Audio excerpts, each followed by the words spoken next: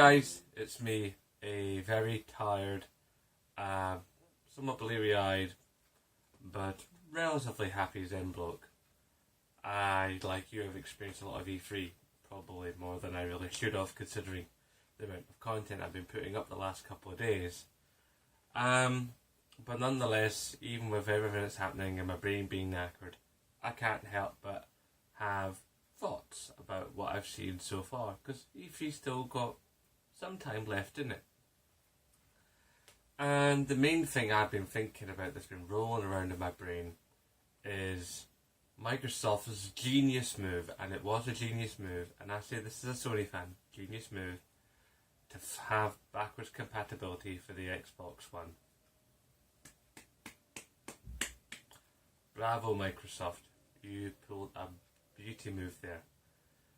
Now, of course, Sony fans are going to be saying, well, what do we have?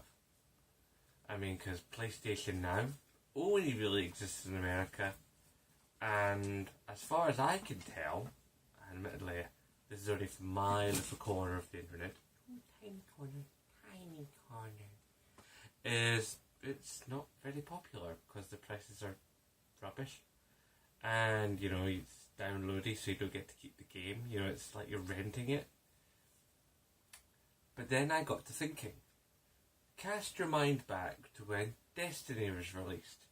When they released Destiny, they said if you bought it on PS3 and within a certain time limit, if you wanted to get the PS4 version, they said you didn't have money for the PS4 yet, but then you got a PS4 later, you could put your disc in and it would do an upload of files or download files of one way or the other, and it would basically turn it into a disc that would do Destiny for PS4, but it would only then work in that PS4. So effectively it was like a key code for having the digital downloaded version for free. So you would digitally download the PS4 version of Destiny onto a PS4 with the PS3 disc. The PS3 disc, obviously you had to keep that disc, you had to put that disc in the machine to play Destiny, even though it was the download version. So what I'm thinking, I think you know where I'm going with this, the PlayStation Now service should be able to detect discs, PlayStation 3 discs, and therefore find their digital version and make that digital version play on your PS4. Once it's on there, you know, in digital form, bada bingo, you know, you have the digital version of the game, and obviously, like on Xbox, you'd have to keep the disc to make it work, which basically means we could all go back out and go start buying PlayStation 3 games again. And because there'd be digital versions, you know, we wouldn't have to worry about space, you know, 1 terabyte, 2 terabyte, whatever. You could have the license like you always do, delete the game if you need to make space, and then reinstall it. And it sounds like a win-win-win-win-win-win situation. We could make use out of PlayStation Now. It would give it extra functionality along with the renting of games. So what you could probably do is you could rent a game that was a PS3 game for PlayStation Now. Go, yeah, I really dig this. I'm going to go pick up the physical version that I saw for £5 in like Game or GameStop or Electronics Boutique or, you know, whatever the shop is where you live. Pick up that version, or even find it on eBay or whatever, or CX. You know, the choices are endless practically.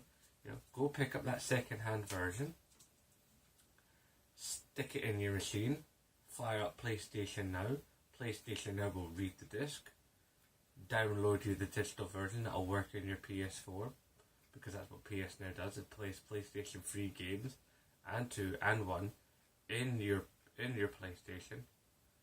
in your PS4, and then everything's groovy. In fact, I say, if we're going to do that, let's go the whole hog, Sony. Let's do PlayStation 1, PlayStation 2, PlayStation 3, all of which will play through PlayStation Now to be able to suck up the data and spit it back into your machine for nothing, as Microsoft has done. Then you can have the ultimate backwards compatibility program. You can have all the games you've ever had working on that machine. Now I know there'd probably be a bit of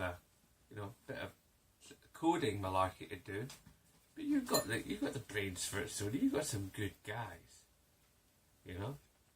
and if you've got the servers reopened for a lot of games that gonna have that had the servers shut down, you can maybe even reopen Mag, because I still have my Shark Shooter. I loved Mag. I'd go right back out and rebuy it. And games like SSX that didn't live for long enough could live again. Wow. It's like, and guys that, people that weren't so sure about buying Grand Theft Auto 5 or, couldn't quite bring themselves to buy it again. Maybe they could stick in their PS3 disc and, it obviously wouldn't have the functionality of the PS4 version, but they'd be able to play on their PS4 with their PS3 friends and their PS4 friends. I think there's a lot of clever things that could be done here if Sony just uses their noodle. So, in summing up, use PlayStation Now's functionality, use that same cleverness that you used for Destiny, mash them together, and bring over the entirety of the home console back catalogue to PS4. Announce that at PlayStation Experience 2015, and you will raise the roof. Once you do that, that's it. Boom. And then you only have to do two things after that, Sony. And those two things are, one, allow us to turn off the light bar. Two, give us our goddamn name change facility. I think if you do that, Sony, never mind what happened at E3, which I still think you won, by the way, but only just did you squeak by. You need to try harder for next year.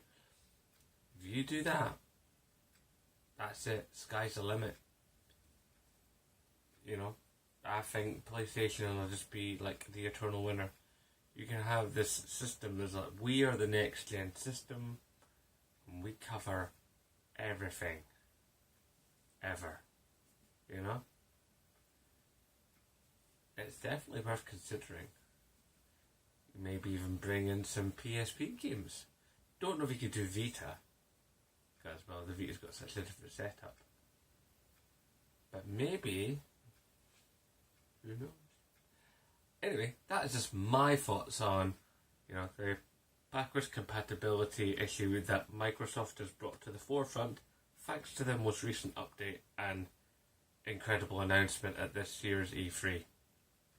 Let me know what you think, and I would really love it if you spread this video around.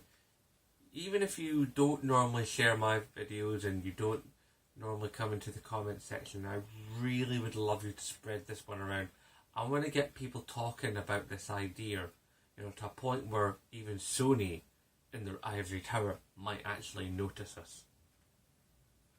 Yeah. So tweet this video, Facebook this video, share this video as link to your other YouTube friends, whatever social media you like. You can even write the URL in your forearm and walk along the streets with your arm out and whatever you like. I think this video needs to get shared. That's just my own personal opinion. I think this is an interesting subject matter to go upon, and I think I have an interesting possible solution to how Sony gives us as much as Microsoft has given their customers. Anyway, you know the drill. You rate, you favourite, you comment, you share, and you subscribe. And of course, as always, I nae bother.